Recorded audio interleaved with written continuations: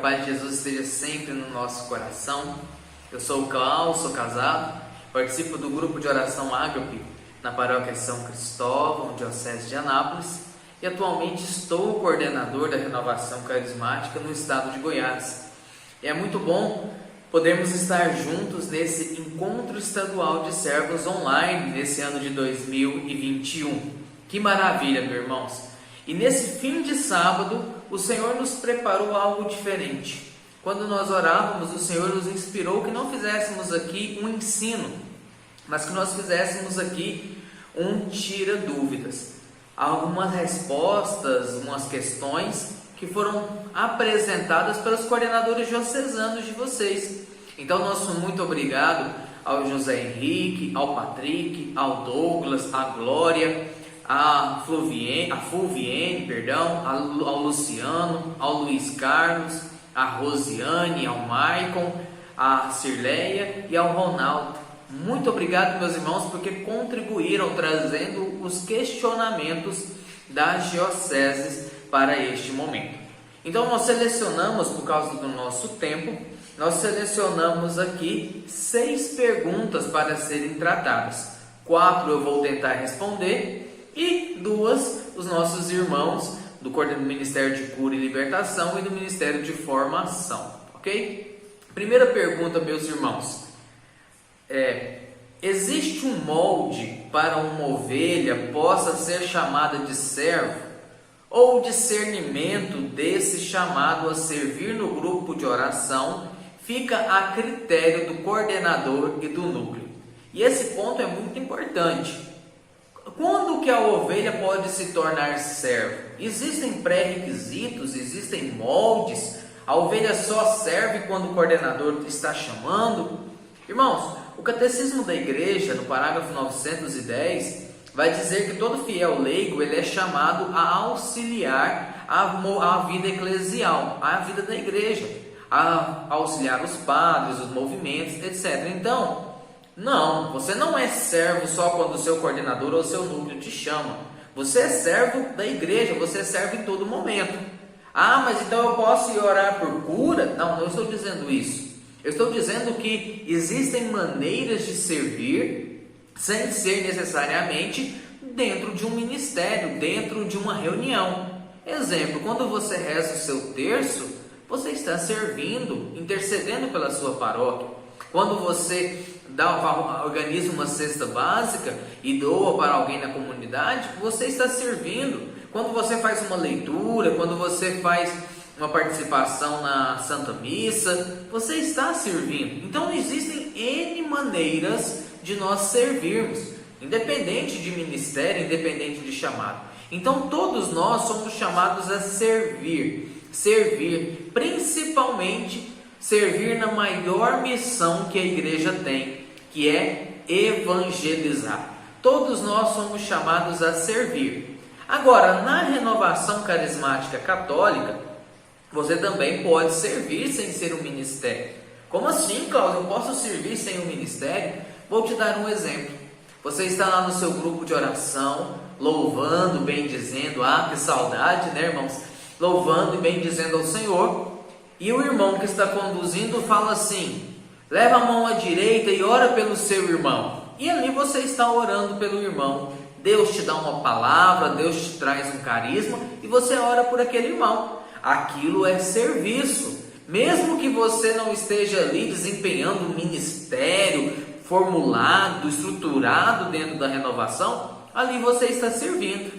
Então, às vezes, nós colocamos um rótulo de que só é servo quem veste uma camiseta ou quem participa de uma determinada reunião.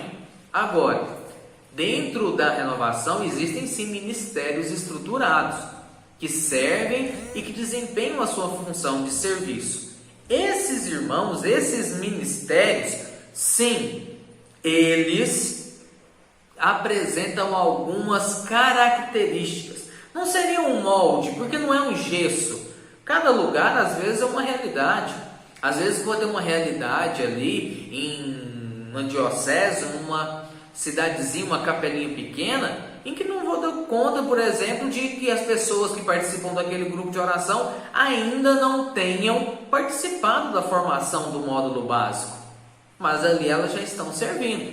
Então não é um molde, um gesso, mas é algumas características que são recomendadas. Então o que se recomenda?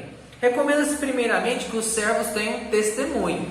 Não dá para ser um servo sem testemunho. Não dá para ser um servo que não testemunhe aquilo que Deus fez nele. A primeira evangelização é com a minha vida, não com a minha boca. Segunda característica, irmãos, o servo tem que demonstrar que possui uma vida de oração. Não dá para ser servo se eu não oro. O Evangelho Nuntiante vai dizer, que o Espírito Santo é o agente de toda evangelização. Se eu não sou cheio do Espírito, eu não evangelizo. Então, segunda característica de um servo é que ele necessariamente tem uma vida de oração. Terceira característica, irmãos, um compromisso. A pessoa vai se tornar servo quando ela demonstra um compromisso, uma responsabilidade, maturidade. Ela não pode ser um recém-convertido, uma pessoa que está começando agora. E principalmente agora, irmãos, a uma pessoa formada. Não pode ser uma pessoa que não conhece o básico do nosso movimento. Por isso existe uma característica que nós falamos que é a formação. Para uma pessoa ser serva, ela tem que trilhar um caminho de formação, um caminho de maturidade. Ter passado pelo seminário de vida do Espírito, a experiência de oração, o aprofundamento de dons e ter passado pelo menos pela fase emergencial do módulo básico, que é a apostila de identidade, de carismas e de grupo de oração. Ah, Cláudio, mas eu não passei por essas apostilas. Lembre-se, existem realidades que às vezes a pessoa ainda não passou por essas apostilas, mas a necessidade de servos é muito grande e acaba se chamando esses irmãos. Quero orientar esses irmãos que já estão servindo e que não passaram por essas etapas de formação a correr contra o tempo. Pegue a apostila, compre a apostila, ore, estude, converse com o formador da sua diocese e peça a ele que desempenhe essas formações para você, meu irmão. Não dá para servir sem conhecer o básico do nosso movimento eclesial. Klaus, eu fiz isso, eu já sou uma pessoa compromissada, eu já participei da formação do módulo básico, eu já tenho testemunho, eu tenho uma vida de oração, eu posso servir? Irmãos, na igreja nós não trabalhamos com voluntariado, nós trabalhamos com chamado. E quem chama no grupo de oração é Deus através do coordenador e do núcleo. Então, o coordenador e o núcleo, ele tem esse olho atento às pessoas do grupo de oração. E na hora que ele percebe que aquele irmão e aquela irmã têm essas características, demonstram essas características, ele vai convidá-lo. Ah, mas eu já estou no grupo de oração há muito tempo e ninguém me chama para servir. Cuidado! Quando você dá comida sólida, serviço para pessoas que ainda não estão prontas, elas acabam desanimando e somem na braquiara. Então, o coordenador e o núcleo, ele é esse pastor que também olha isso. Se der serviço com muito cedo para esses irmãos, eles correm o risco de não voltarem, acabarem se frustrando e desanimarem. Por isso essas características são importantes. Amém, meus irmãos? Segunda pergunta, meus irmãos, que foi nos passada. Como se dão as eleições para o grupo de oração, para as coordenações? Alguma orientação? Essa pergunta ela é muito acalhada. Por quê? Porque nós corremos um grande risco de pessoas da gente no movimento, muitas vezes, e cada lugar fazer uma oração de um jeito. A oração do estado é de um jeito, da diocese é de outro, da região é de outro, da paróquia é de outro, a eleição do grupo de oração é de outro. Por isso, de maneira muito providencial, a Renovação Carismática Católica do Brasil trouxe-nos nesse ENF de 2021 esse livrinho, Orientações para Núcleos de Grupo de Oração. E nesse livrinho, ele trouxe para nós uma orientação muito clara no sentido de orientar como fazer eleições no grupo de oração. Não estou falando aqui de eleições do Estado, das eleições da diocese, mas estou falando de eleições do grupo de oração. Irmãos, qual tem sido a orientação aqui? Primeiro ponto: quem realiza, quem conduz a eleição é a instância superior. Quem conduz a eleição é a instância superior. Existem no nosso estado dioceses em que são divididas em paróquias. Então, quem conduz a eleição do grupo de oração é o coordenador paroquial. Algumas dioceses existe o coordenador de cidade, acima do coordenador de grupo. Quem conduz a eleição do grupo de oração é o coordenador de cidade. Tem dioceses no nosso estado que são regiões. Quem conduz a eleição naquele grupo de oração é o coordenador de região. E existem dioceses no nosso estado que não tem nem paróquias, nem cidades, nem coordenador de região, que é o coordenador diocesano direto acima do coordenador de grupo de oração. Nesses casos, quem conduz a eleição para coordenador de grupo de oração é o coordenador diocesano. Então, a eleição para um grupo de oração, para coordenador de um grupo de oração, sempre é conduzida pela instância superior, pelo coordenador da instância superior, tá? Como é conduzido essa eleição? Organiza-se um momento, um dia, uma reunião, em que todos os servos do grupo de oração vão estar presentes para eleger o coordenador do grupo de oração. Ah, Klaus, mas não é só o núcleo? Não, irmãos. Quem escolheu o núcleo não foi o coordenador? Então, logicamente, se quem escolheu o núcleo foi o coordenador, nós corremos um risco. Em Goiás não acontece, graças a Deus, só na Groenlândia, corre-se o risco de formar uma panelinha, em que uns votam nos outros e garantem assim uma perpetuação da coordenação. Não é isso que Deus quer. Por isso, quem é chamado a participar da eleição de grupo de oração são todos os servos do grupo de oração. Vamos ter três etapas nessa eleição. A primeira etapa é a etapa de indicação, em que cada um com uma folha de papel vai indicar alguém para coordenar o grupo de oração.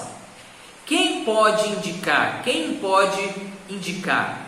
Todo servo que tem mais de 1 ano de serviço no grupo de oração. Todo servo que tem mais de 1 ano de serviço no grupo de oração pode indicar e votar em alguém para coordenador de grupo de oração. Klaus, quem pode ser votado? Lembrando, não é um molde, são características. Quem pode ser votado? Servos que tenham mais de 2 anos de serviço no grupo de oração, mais de 2 anos de serviço, podem ser votados, tá certo? Que tenham participado da formação, pelo menos a formação emergencial, que é a identidade, carisma e grupo de oração, as apostilas de módulo básico de identidade, carisma e grupo de oração, e que tenha uma reputação moral e sacramental limpa, pura, uma bonita reputação moral e sacramental. Como assim, Klaus? É aquele irmão que não tem um pecado público, não é um irmão que não vive numa situação constrangedora, aquele irmão que tem uma vida sacramental, aquele irmão que vive com uma vida sacramental. Detalhe, esse ponto da vida sacramental também vale lá para o serviço.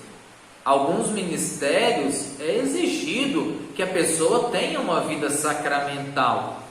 Exemplo, pregação, coordenação, cura e libertação, música e artes. São ministérios de frente, são ministérios que as pessoas veem, intercessão. Então esses irmãos, eles são chamados a terem uma ilibada reputação moral e sacramental. e o coordenador também, que vai ser votado. Então, quem pode ser votado? Quem tem 2 anos de serviço no grupo de oração, no mínimo. Quem passou pela formação emergencial, identidade, carisma e grupo de oração. E quem tem uma ilibada reputação moral e sacramental. Além do testemunho, além da vida de oração, que é aquilo que já foi falado para o serviço, para os servos, tá bom? Fizemos ali um momento de indicações, colhemos as indicações, aquelas pessoas que foram indicadas. Nós vamos fazer ali um momento de questionar o irmão. Irmão, você deixa seu nome para coordenador, para um possível coordenador de grupo de oração? E ali nós vamos escolher a resposta. Alguns vão dizer sim, Deus queira que todos, se Deus chamar, diz sim, viu, meu irmão e minha irmã? E alguns vão dizer não, por algum motivo, por alguma situação, e às vezes até porque não se encaixam nessas características. Vão dizer não. Tiramos os irmãos que foram indicados, tiramos o nome dele do pleito, dos que foram indicados e disseram não, e seguimos o pleito com aqueles que disseram sim. Aí vem a segunda parte da eleição, o discernimento reflexivo. O que é o discernimento reflexivo? Com a caridade e com o bom senso, o discernimento da nossa inteligência, nós vamos ali refletir em cima daquele nome daquele irmão. Por que o irmão seria um bom coordenador? Por que fulano seria um bom coordenador? Quais são os pontos fortes desse irmão? Quais são os pontos de melhoria desse irmão? E assim por diante. Lógico, tudo na caridade e na unidade. Não é momento de lavar roupa suja, mas na luz do Evangelho refletir com um nome apropriado para ser um coordenador de grupo de oração. Lá em Atos dos Apóstolos vai falar algo parecido que eu me recordei agora, quando eles queriam eleger os diáconos. Quando eles queriam eleger os diáconos, a palavra de Deus diz assim, né? Eleição dos diáconos. Aí Pedro vai falar, e os apóstolos. Por isso os 12 convocaram uma reunião. Atos dos Apóstolos, capítulo 6, versículo 2, diz assim: não é razoável que abandonemos a palavra de Deus para administrar. Irmãos, escolhei entre vós 7 homens de boa reputação, cheios do Espírito Santo e de sabedoria, aos quais encarregaremos esse ofício. Está vendo?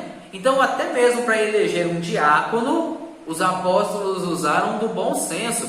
Traz irmãos de boa reputação, de boa índole. Então, é sim lícito, é sim correto nós fazermos o discernimento. Toda eleição precisa ter um discernimento reflexivo, desde a coordenação estadual até a coordenação de grupo de oração. Precisa passar por esse discernimento reflexivo, que é a segunda etapa. Feito o discernimento reflexivo, nós vamos para a terceira etapa. Essa terceira etapa, o que é? Em que nós vamos para a eleição em si. Cada um dos irmãos, servos, que tem mais de 1 ano de serviço no grupo de oração, vão votar em uma daquelas pessoas que já foram indicadas, que aceitaram e que passaram pelo discernimento reflexivo. Vão votar naqueles irmãos. Depois de escolher os votos, logicamente você não vai apenas votar, você vai entregar um papel para cada um, você vai orar, escutar de Deus daqueles nomes, quem Ele quer que seja votado, quem Deus quer daqueles nomes. Cada um escreve no papel o seu voto, dobra, coloca numa caixa. Quem está conduzindo a oração, que é um coordenador da instância superior, vai abrir os votos e contar na frente de todo mundo. Aquele que tiver mais de 2/3 dos votos é imediatamente eleito coordenador do grupo de oração. Klaus, mas ninguém conseguiu 2/3 do voto. Aqui nós temos 15 servos. Então, para ser eleito, o coordenador precisa de 11 votos. Ah, Klaus, mas ele teve apenas 8. O que nós fazemos? Nós tiramos os nomes menos votados, deixamos apenas o nome dos 2 mais votados e aí nós fazemos uma eleição entre esses irmãos. E aí, dos dois, quem teve o maior número de votos, maioria simples, no caso de 15, 8, quem teve o maior número de votos, nós refazemos a eleição, um segundo pleito da eleição, um segundo escrutínio da eleição. E aí quem teve a maioria simples, 50% mais um, é eleito o coordenador do grupo de oração. Então, nós fazemos a indicação, primeiro momento, fazemos a seleção, quem deixa, quem não deixa o nome. Com os que deixaram o nome, nós fazemos o discernimento reflexivo, segundo momento. E aí nós vamos para a eleição, em que nós vamos votar em um nome. Se o mais votado teve mais de 2/3 do número de pessoas que estão votando, de votos, ele naturalmente é eleito coordenador do grupo de oração. Se não deu mais do que 2/3, nós pegamos os dois mais votados, fazemos um escrutínio apenas entre os dois mais votados, e aí o que teve a maioria dos votos é eleito coordenador do grupo de oração. E aí, irmãos, uma questão aqui importante.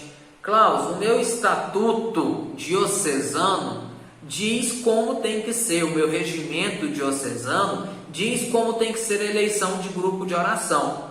Irmãos, se na sua diocese tem CNPJ e o estatuto é registrado, aquele estatuto é lei, então ele precisa ser cumprido. Então você segue o que está no estatuto. E aí a orientação para os coordenadores diocesanos é que adeque futuramente o estatuto a essas orientações, tá certo? Klaus, nós não temos estatuto, mas aqui na minha paróquia, o meu pároco exige que a eleição seja assim, assim, assim, assado. O que você vai fazer, meu irmão? Você vai chamar o seu coordenador de instância superior, paróquia, cidade, região ou diocese. Junto com ele, você vai conversar com o seu pároco e tentar chegar numa harmonia, num meio termo, em como realizar essa eleição. E seja obediente ao seu pároco. Algumas dioceses do nosso estado, o bispo diocesano, exigem algumas características na eleição.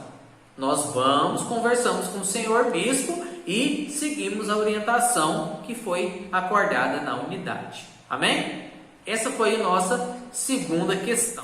Irmãos, agora a nossa terceira questão nesse momento de tirar dúvidas, tá bom? Nossa terceira questão foi enviada pelo nosso irmão e diz assim: fui orientado nesse tempo de pandemia a não fazer seminário de vida no Espírito Santo, experiências de oração e aprofundamento de dons, os encontros da fase querigmática, de forma online. Não seria certo nesse tempo fazê-los de forma online, já que as pessoas necessitam?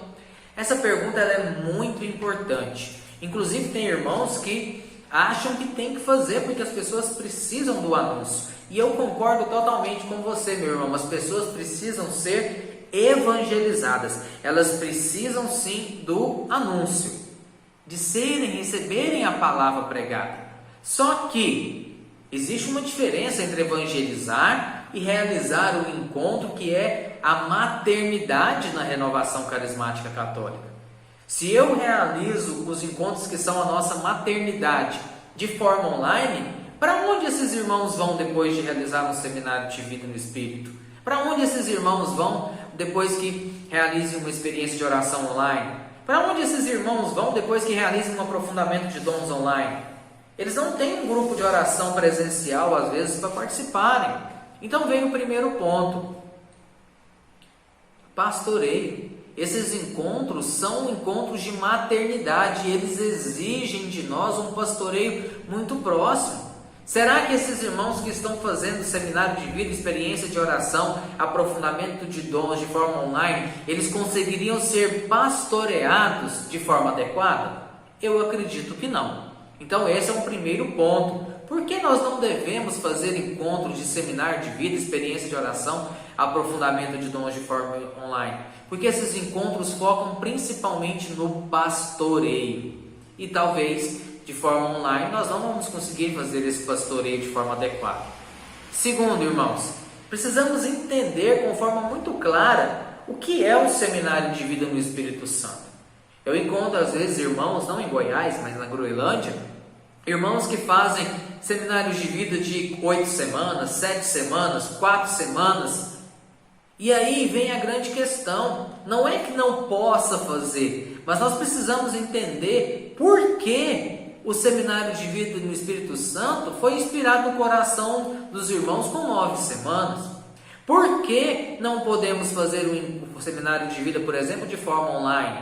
Aí eu preciso entender para que serve um seminário de vida. Um seminário de vida, ele é uma maternidade, ele é um caminho de discipulado, um caminho de realmente o irmão ali durante 9 semanas, experimentando Deus com a palavra, experimentando Deus com a meditação diária, experimentando Deus através do pastoreio de um pastor que aproxima e que está perto, experimentando Deus através daqueles 9 encontros de forma presencial. Aquele irmão vai caminhando até ter uma experiência completa com Deus através do Espírito Santo de Deus. Conhecer Jesus como Senhor e Salvador através do Espírito Santo de Deus. E aí, meu irmão, que eu te falo, a questão não é porque não podemos fazer o seminário de vida, a experiência de oração e o aprofundamento de dons de forma online. A intenção é, será que fazendo de forma online nós vamos conseguir gerar o fruto que o seminário de vida, a experiência de oração e o aprofundamento de dons precisam ser dados? Eu acredito que não. E nós chegamos no Conselho Nacional a esse entendimento. O seminário de vida, a experiência de oração e o aprofundamento de dons de forma genuína, ela é chamada a ser uma experiência impactante. E aí eu quero partilhar com vocês de última mão. Estive reunido em 2020, final de 2020, com Dom Valdemar, bispo da Diocese de Lusiânia, que é o presidente do regional da CNBB, e eles falavam algo muito claro para nós. Estava eu e o Douglas, coordenador diocesano da Diocese de Lusiânia, da renovação da Diocese de Lusiânia. Dom Valdemar falava assim que nós temos que redescobrir a força do seminário de vida no Espírito Santo. Olha, meu irmão, o presidente da CNBB, que representa todas as dioceses do estado de Goiás e do Distrito Federal, ele fala para nós que nós precisamos redescobrir a força do seminário de vida no Espírito Santo, entender para que serve o seminário. E aí nós estamos desenvolvendo um estudo aqui no nosso estado que chama Resgatando o Seminário de Vida no Espírito. Nós precisamos redescobrir para que serve o seminário de vida no Espírito, porque tem muitos irmãos que querem fazer o seminário de vida de forma online, com 4 semanas, 5 semanas. Por quê? Porque não entendem corretamente para que serve o seminário de vida no Espírito Santo. Para que serve uma experiência de oração? Para que serve um aprofundamento de dons? Ah, Cláudio, então eu não posso pregar o querigma. Irmãos, eu não estou dizendo isso. Se você quer fazer, por exemplo, uma noite sobre o amor de Deus, uma noite de oração do amor de Deus, transmitida de forma online, fique à vontade. Se você quer conduzir, agora estamos chegando no Pentecostes, daqui a poucos dias teremos Pentecostes, fazer uma grande noite proclamando, anunciando o batismo no Espírito Santo, transmitido de forma online, pode? Com toda certeza pode. Nosso povo precisa ser evangelizado, mas não é papel do seminário de vida, da experiência de oração e do aprofundamento de dons fazer isso. O seminário, a experiência e o aprofundamento são encontros maternais, encontros de maternidade na renovação carismática católica. E por isso, eles não devem ser feitos de forma online. Amém? Quarta questão, irmãos, para passar para as nossas irmãs, foi questionado pelo irmão assim: aqui na minha realidade, nós temos a eleição de coordenador diocesano em um ano. No outro ano, várias paróquias fazem a sua eleição. E no outro ano, alguns grupos fazem as suas eleições. Então, os coordenadores, a eleição para coordenadores acontece de forma desencontrada. Não seria conveniente alinhar essas coordenações e todas serem feitas no mesmo período? Acredito que você entendeu a pergunta. Um ano acontece eleição de alguns grupos, algumas paróquias e do coordenador diocesano. No outro ano acontece a eleição de outras paróquias e de outros grupos de oração. Então, todo ano tem coordenadores novos e coordenadores antigos. E aí nunca estão alinhados todos novos. Será que não seria ideal alinhar? E aí, irmãos, tenho 3 pontos que eu gostaria de salientar nessa questão de alinhar essas coordenações. Primeiramente, é a obrigatoriedade. Quando nós alinhamos as coordenações para todo mundo entrar junto na coordenação, nós corremos alguns riscos. Todos nós vamos entrar juntos nessa coordenação, mas aí um irmão, por algum motivo, abandona a coordenação. Aí um irmão, pelo outro motivo, o bispo pediu para trocar o coordenador, por algum motivo o pároco, aquele irmão, aconteceu alguma coisa com ele, o pároco pediu para trocar, e aí começa a desencontrar. Todas as vezes que desencontrar, nós vamos intervir e alinhar essa coordenação novamente, nós vamos gerar uma obrigatoriedade, que eu tenho que manter a coordenação alinhada, e imprevistos acontecem. Então, primeiro, eu não acho conveniente gerar essa obrigatoriedade. Acho que não se deve gerar essa obrigatoriedade nas coordenações em várias instâncias. A eleição nacional, por exemplo, aconteceu em 2019, assumiu em 2020. A do Estado aconteceu em 2019, 2020 e 2021. Esse ano temos eleição do Estado, algumas dioceses também, outras não. Eu acredito que não é conveniente gerar essa obrigatoriedade, porque existem motivos que podem fazer com que essa obrigatoriedade seja quebrada, e aí nós temos que ficar intervindo. Isso não é conveniente. Segundo ponto, irmãos, a unidade.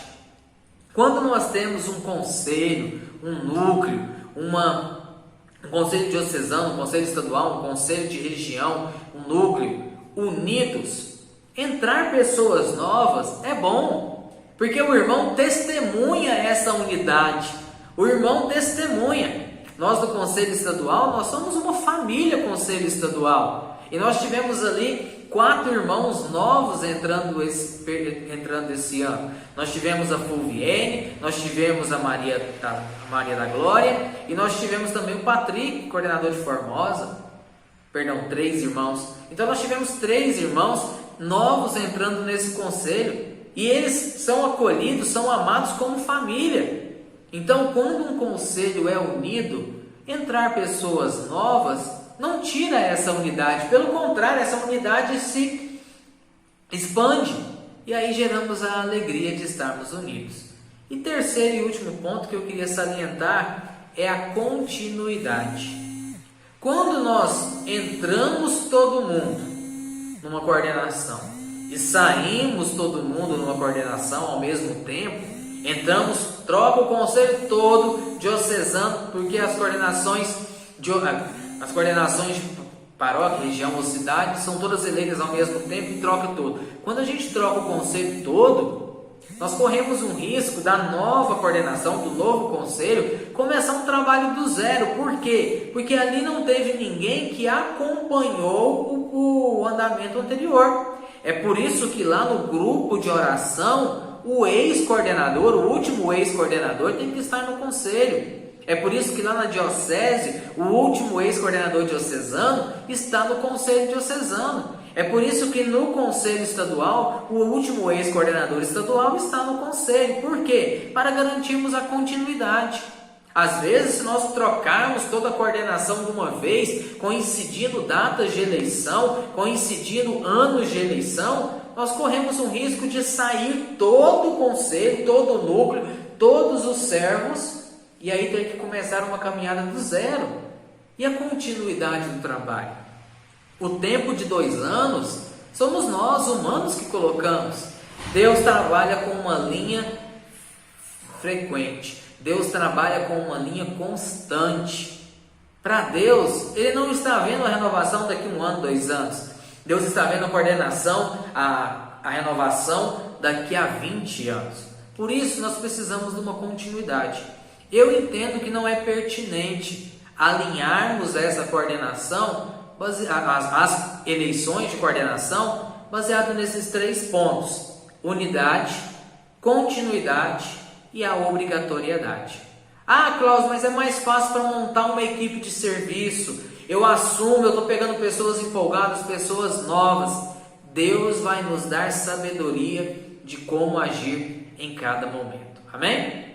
Irmãos, quero aqui deixar vocês então com a Thelma, coordenadora do Ministério de Oração por Cura e Libertação do Estado de Goiás, que vai nos solucionar e responder uma pergunta, tá bom? E depois a Priscila, coordenadora do Ministério Estadual de Formação, nos respondendo outra pergunta. Que Deus nos abençoe, em nome do Pai, do Filho e do Espírito Santo. Amém.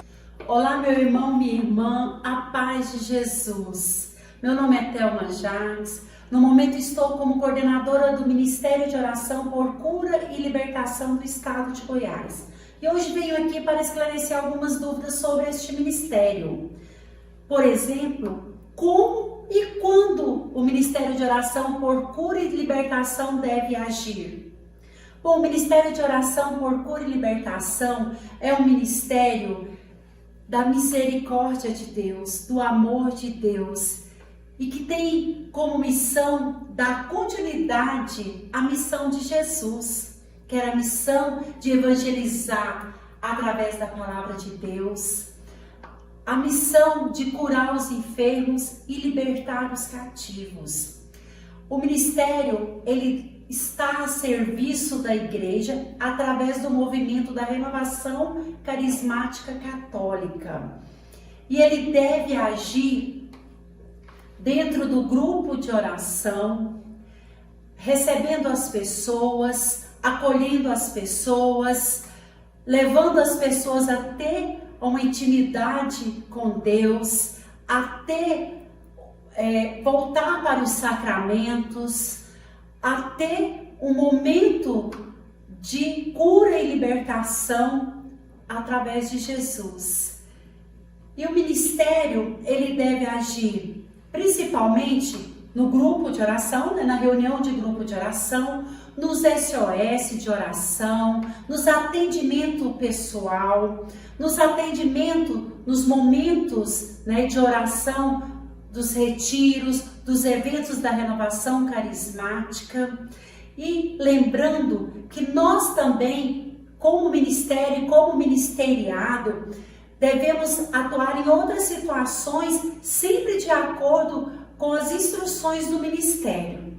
E qual é a função do ministro de oração por cura e libertação dentro do grupo de oração?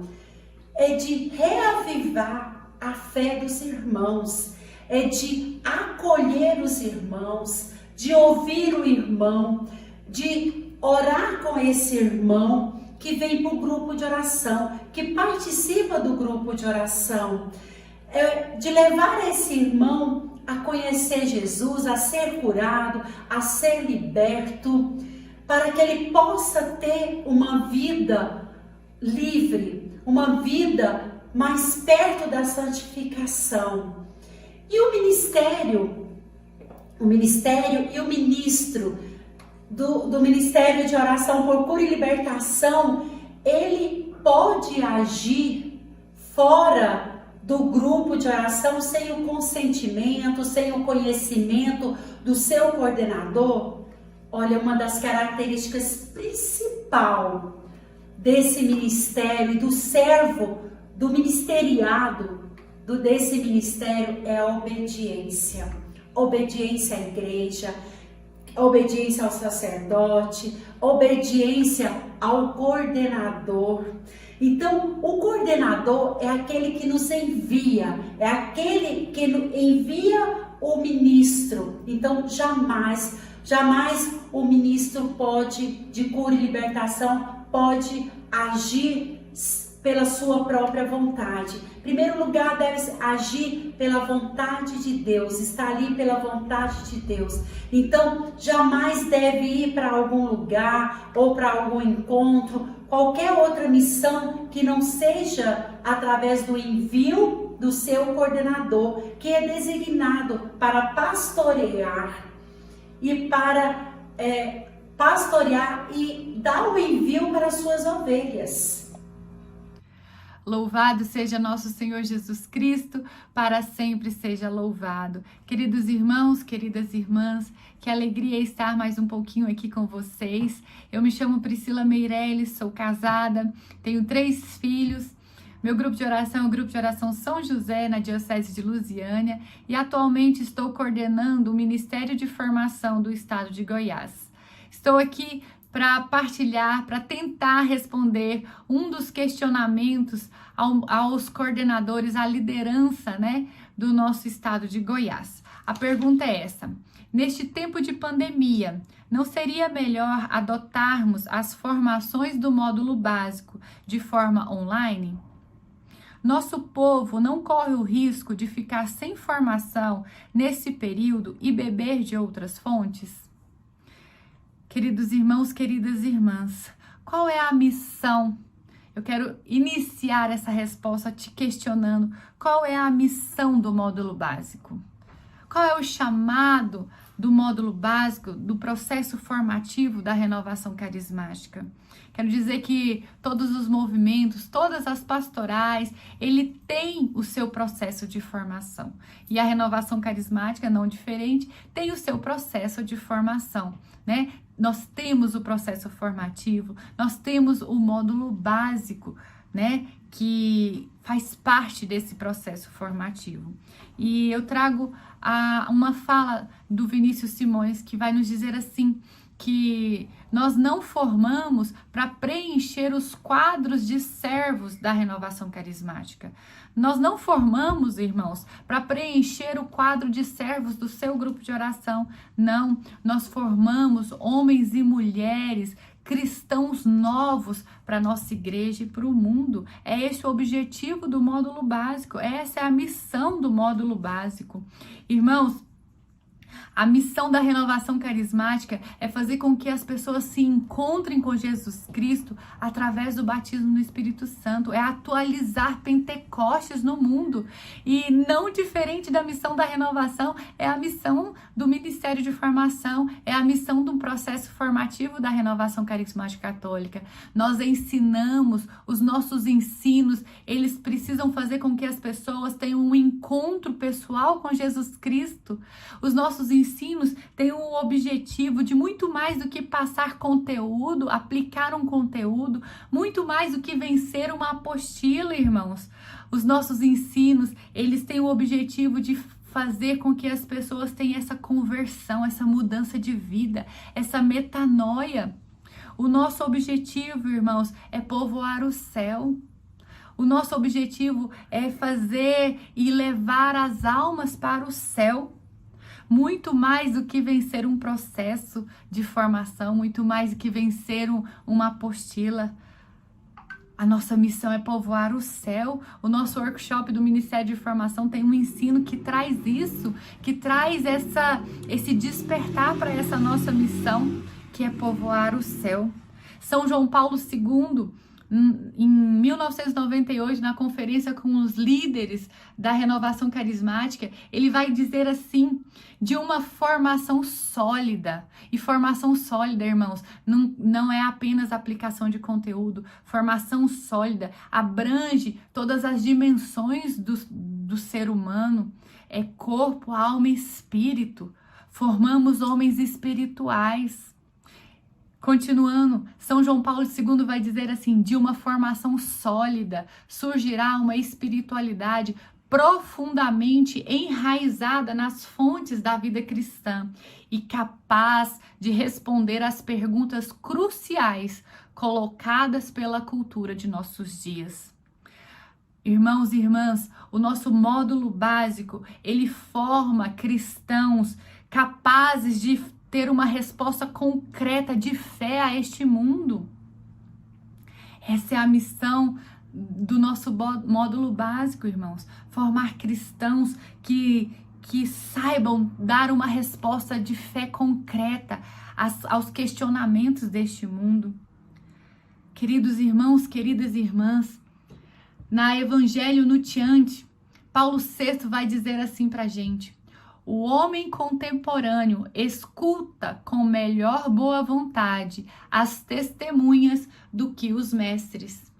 Dizíamos ainda recentemente a um grupo de leigos: ou então, se escuta os mestres, é porque eles são testemunhas. Só se escuta os mestres, irmãos, se eles são testemunhas. E nós só conseguiremos ser testemunha, irmãos, quando nós estamos presencialmente com os nossos formandos. Nós só conseguiremos, irmãos, ser testemunhas de uma transformação de vida, de que o Espírito Santo, está em nós, age em nós, opera em nós, irmãos, se estivermos convivendo com esses irmãos, se estivermos nos relacionando com esses irmãos. Nós não somos, o nosso objetivo não é pegar uma apostila, colocar debaixo do braço e vencer essa apostila e aplicar essa apostila e entregar um certificado. Não, irmãos. Nós somos convidados a nos relacionar com os nossos formandos. O módulo básico, muito mais, irmãos, do que a aplicação de conteúdo, o módulo básico é experiência. O módulo básico é testemunho. O módulo básico é vivência. O módulo básico, irmãos, é essa experiência mesmo de um batismo no Espírito Santo verdadeiro. Os nossos formandos, os nossos ensinos, eles precisam dar um testemunho credível daquilo que a gente fala. Não basta palavras, irmãos, para que as pessoas sejam batizadas no Espírito Santo. Batismo no Espírito Santo eu preciso testemunhar esse batismo no Espírito Santo. Não basta palavras, irmãos, para que as pessoas tenham suas vidas transformadas. Muito mais que isso, irmãos. Batismo no Espírito Santo é vivência, é relacionamento. Batismo no Espírito Santo é testemunho. E eu quero finalizar essa partilha, já passei do meu tempo, trazendo a vocês uma fala de Paulo, São Paulo, o nosso modelo de formador. Olha o que São Paulo vai dizer à comunidade que ele formou, Coríntios. 1 Coríntios 4, versículo 15. Com efeito, ainda que tivesseis 10.000 mestres, 10.000 mestres em Cristo, não tendes muito pais. Irmãos, muito mais que mestres, muito mais que sermos mestres, muito mais que aplicar conteúdos, irmãos, nós somos convidados a gerar cristãos, a sermos pais e mães de cristão, de novos cristãos para a nossa igreja e para este mundo. Formar, irmãos, é amar. E não tem como amar pela internet. Irmãos, formar é ser pai e mãe.